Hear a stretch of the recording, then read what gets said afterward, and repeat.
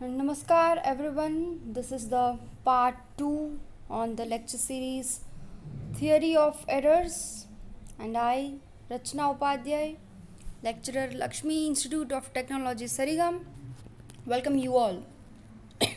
So, today we'll move further with our very important concepts of this chapter, that is principle of least squares, laws of weights. So these two are very important from further point of view. The principle of least square is the fundamental law in the theory of error. And just for your quick revision, we know that there are three kinds of error. One is mistakes, which are due to our carelessness. Then there are systematic errors and the accidental errors. So in the theory of errors, we'll deal with the accidental errors. Now this accidental errors, as we know, they always follow some particular law. So we had also studied the law of accidental errors. We also went to see some important definitions, that is most probable value, independent quantity, conditioned quantity, weight of a quantity, the true quantity, observed value, then residual error. So we had studied some basic definitions, and then we studied that the accidental errors depends on the probability. So it is depending on the law of probability. We had also seen one numerical. So this was just for a quick revision. So let us start with our today's topic, that is principle of least square. Now from the probability equation, it is always found that the most probable values. Now we know that what is most probable value. Most probable value हम उसे कहेंगे जिसके ज़्यादा chances है सही होने के. So that quantity which has more chances of being true, that is said as most probable value. So from the probability equations हमें ये पता चलता है कि जो मोस्ट प्रोबेबल वैल्यूज़ है out of given such observations, so the errors which arise from those observation of equal weight are those for which the sum of squares is minimum. So we'll try to understand that what does this law says, that according to this principle, that is according to the principle of least squares, the most probable value of an observed quantity available from a given set of observations, मतलब हमारे पास बहुत सारे n number of observations है, उसमें से कोई एक ही value है जो मोस्ट प्रोबेबल है. तो what it is saying, that it is the one for which the sum of squares of the residual errors is minimum. मतलब what is residual error? The residual error is nothing but the difference between the mean value and the observed value. So we'll go through the explanation of this principle, but let us first understand कि most probable value वो होगा जिसके residual errors के squares के sum minimum आए. So when a quantity is being deduced from a series of observation, the residual errors is the difference between the adopted value and the several observed values. Now let us try to understand this concept. Like let us say कि हमारे पास बहुत सारे observations है, V1, V2, V3, V4 up till Vn. So these are our observations. और x है उसमें से वो है most probable value है. तो जब इन दोनों का डिफरेंस करेंगे तो will gate respective errors. So x minus V1 equals to E1, E being the error for the first observation, then similarly x minus V2 equals to E2. ऐसे करते करते we see that x minus Vn equals to En, and let us name this as equation 1. So then further we see that if m is the arithmetic mean, अभी arithmetic mean किसको बोलेंगे, सारे observations का addition divided by their numbers. So v1 plus v2 plus v3 up till vn divided by n, that is equals to sigma v by n. Let us name this as equation 2. Now whenever the from equation 1 we can say that, means अगर equation 1 जो ये वाला है उसको हम add करते जाएं, मतलब x minus v one equals to e one plus x minus v two equals to e two, ये सारे इक्वेशंस को ऐड करते जाए तो will get that n x minus sigma v equals to sigma e. So when after adding all those equations will get this value. अभी ये n को अगर डिवाइड कर दे तो will get x equals to sigma v by n plus sigma e by n. So we know that sigma v by n is nothing but m, and our error, it is very small in place of our observations n. क्यों? क्योंकि हमारे पास बहुत सारे observations हैं और उसके compare में जो error है that is very small, so we can directly ignore that. So in that case we shall ignore this concept, that is sigma e by n, we can ignore it. Why? Because it becomes really very small, and hence the most probable value becomes equals to the mean value, that is x equals to m. So the arithmetic mean is the true value where the number of observed value is larger. Then we can see that the residual errors are r1, r2, r3 up till rn. And what is residual errors? That is, it is the difference between the mean value. अब हमारे यहाँ पास mean value कौन सी हो जाएगी? m. So our mean value is m and our observed values are v1, v2, like that. So it is, residual errors are the difference between these two, mean value and the observed value. मतलब अगर हम mean value m में से minus कोई भी एक observation करेंगे तो हमें उसका रिस्पेक्टिव रेसिडुअल एरर मिलेगा. So m minus v one is r1, then similarly m minus v two is r2. ऐसे करते करते we see that reaching to the last observation vn, so it is m minus v n equals to rn, and will name this equation as equation 4. Now जैसे equation 1 के लिए किया था, again will add all this equations, तो हमें क्या मिलेगा? N m minus sigma v equals to sigma r. Again will divide it with n, so will get m equals to sigma v by n plus sigma r by N.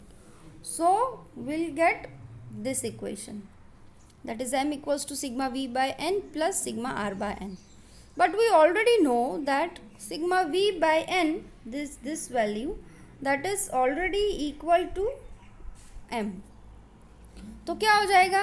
ये जो value है that is sigma r by n, this value, that will be turning out equal to 0. So we'll get sigma r by n, that is equals to 0, and we'll name that as equation 5. So from this what we can say that कि ये जितने भी residual errors के सम है वो equal to 0 आ रहे हैं, और इन अदर वर्ड्स जितने भी पॉजिटिव रेसिडुअल एरर्स है those are equal to the negative residuals. So ये वाला जो स्टेटमेंट है, जैसे कि the sum of residual errors equals to 0 and the sum of plus residual errors to the sum of minus residual errors is also equal. So positive और negative values दोनों equal है. Now let us move further. अभी हम कोई और एक value ले लेते हैं जो कि अरिथमेटिक मीन नहीं है, बस ऐसे ही कोई भी आर्बिट्री वैल्यू ले लिया है हमने n, और उसको सब्ट्रैक्ट कर रहे हैं हम हमारी ऑब्जर्व्ड वैल्यूज से. तो n माइनस वी वन हो जाएगा r1 dash, n minus v two हो जाएगा r2 डैश, वैसे ही n माइनस वी थ्री हो जाएगा आर थ्री डैश, एंड ऐसे करते करते n minus v n equals to r n dash. So will name this as equation 6. अभी what we have to do is, ये जो इक्वेशन 4 हमें मिला था उसको हम क्या करेंगे, स्क्वायर करेंगे. So what will do, will square this equation.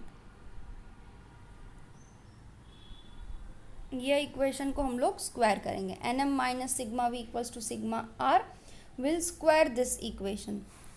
और उसके बाद उसको ऐड करेंगे तो हमें ये वाला मिलेगा. कौन सा, sigma r square equals to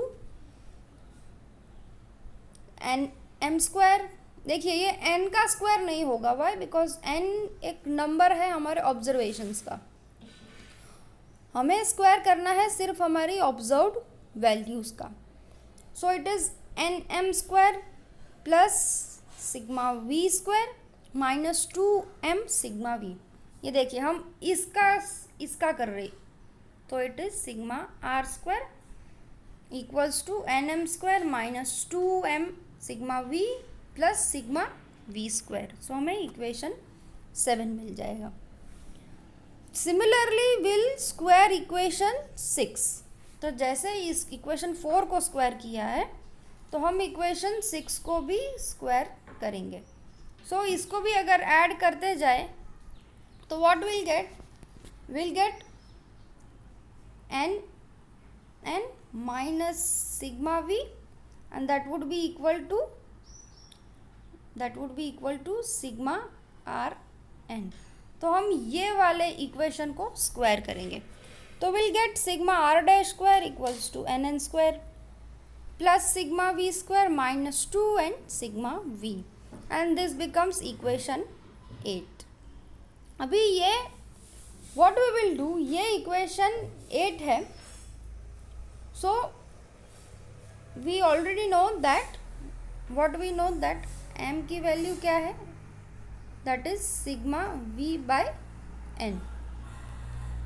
So ये वाला जो इक्वेशन है उसमें हम एन एम की वैल्यू डालेंगे तो इससे क्या हो जाएगा, n m that is equals to sigma we.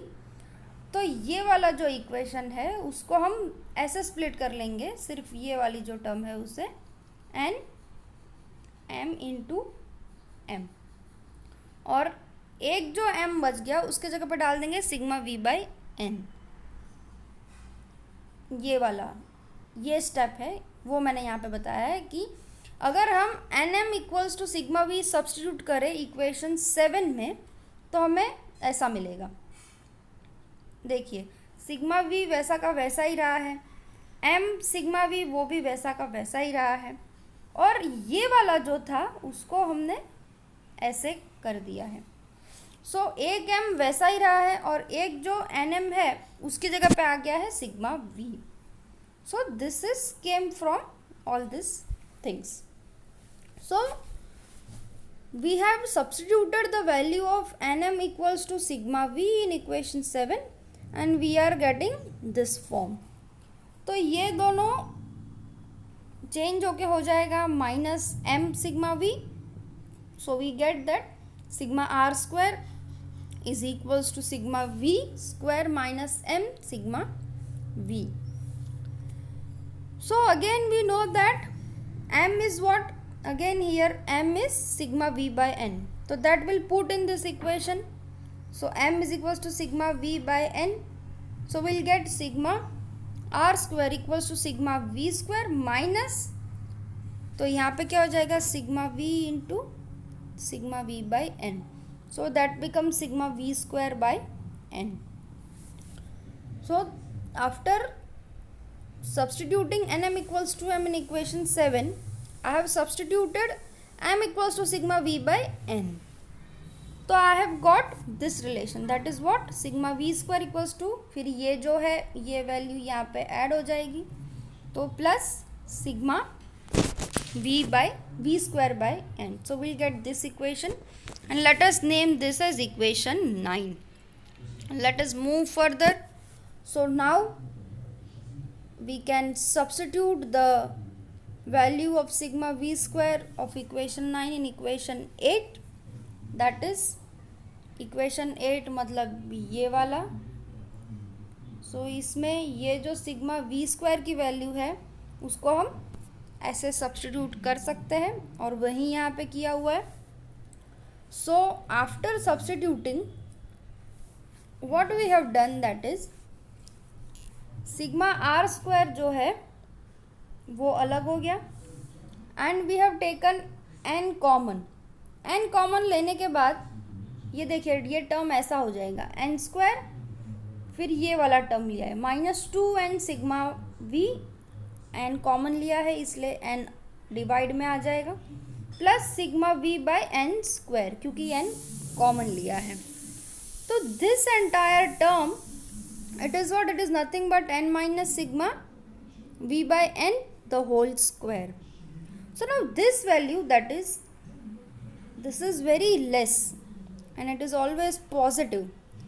So sigma r square, it is less than sigma r dash square.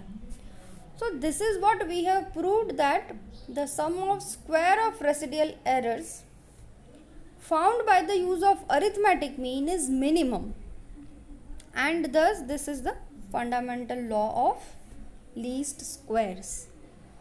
This is, we have proved कि the residual errors, the sum of squares of residual errors is always minimum, and this is our very very very important principle, as this is the fundamental of our least squares. So this law is very important. Let us move further with our next important topic, that is laws of weights.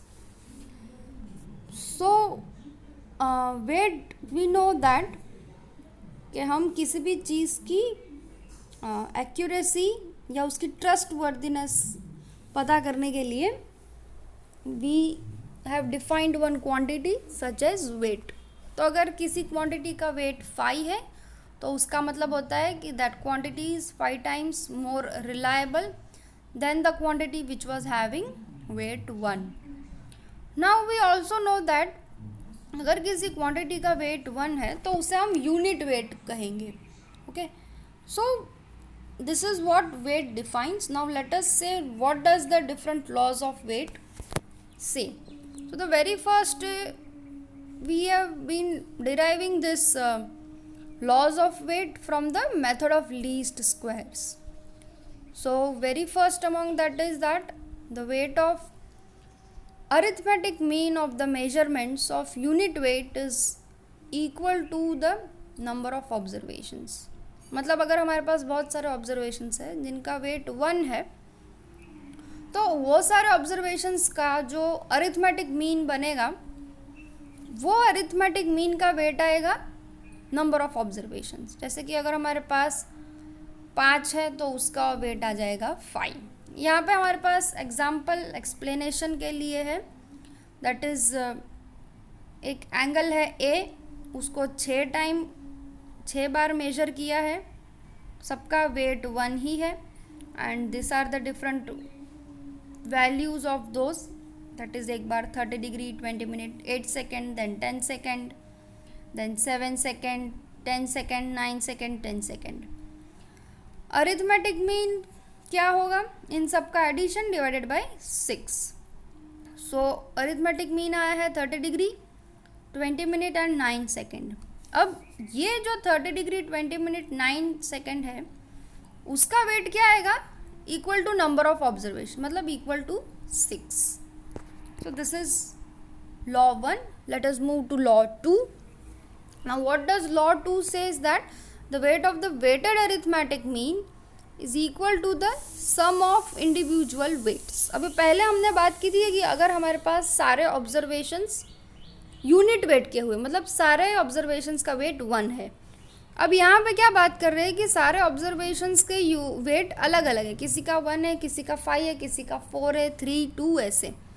तो ऐसे case में जो वो observation का arithmetic mean आएगा उसका weight equal होगा ये सारे वेट को ऐड करके.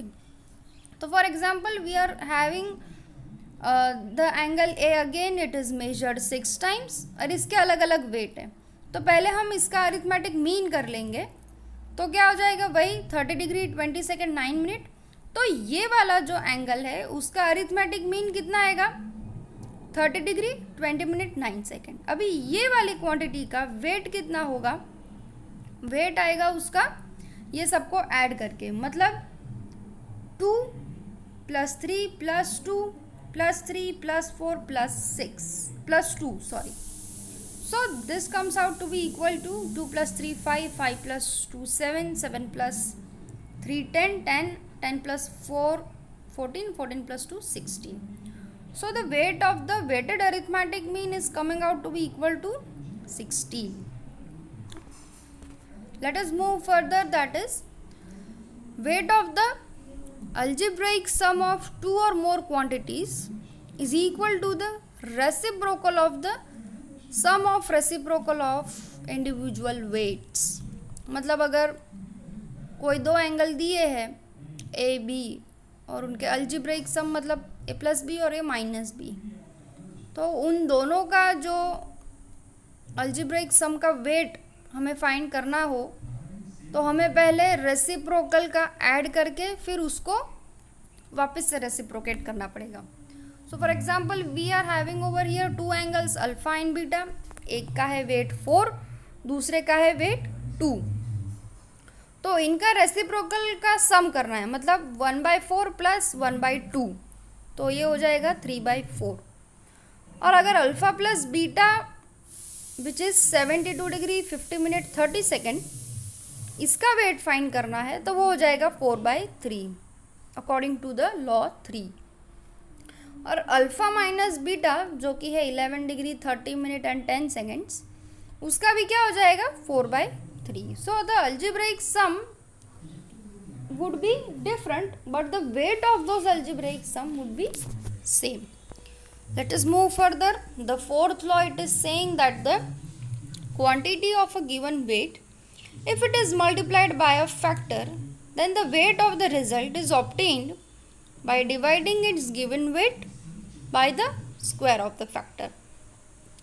Like we are having a particular angle alpha, उसका वेट 6 है, उसको 3 से मल्टीप्लाई करके हमें एंगल मिला 126 डिग्री 31 मिनट। तो अब ये जो 126 डिग्री 31 मिनट है उसका वेट क्या हो जाएगा, 6 / 3 square. Why? Because the rule is saying that the result is obtained by dividing its given weight by the square of the factor. यहाँ पे हमने 3 से मल्टीप्लाई किया इसलिए 3 square.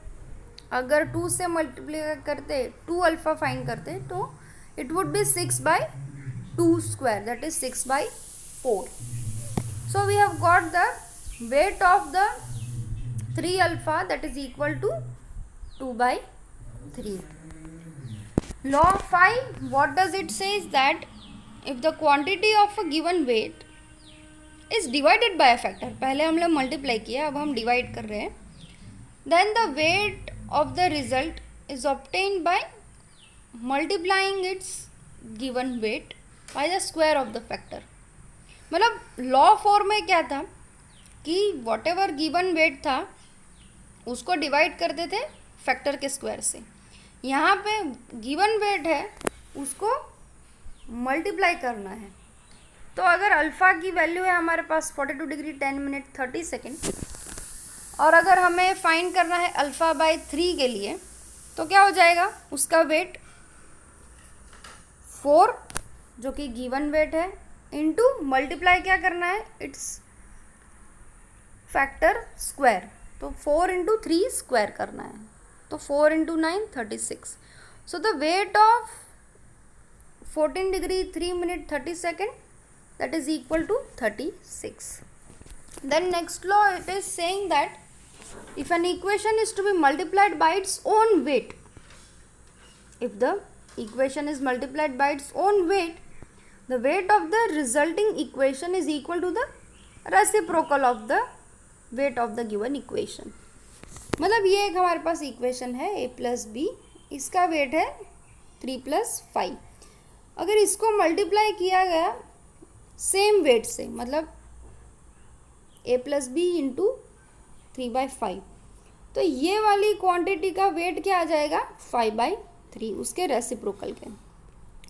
Then next law what it is saying that the weight of an equation remains unchanged.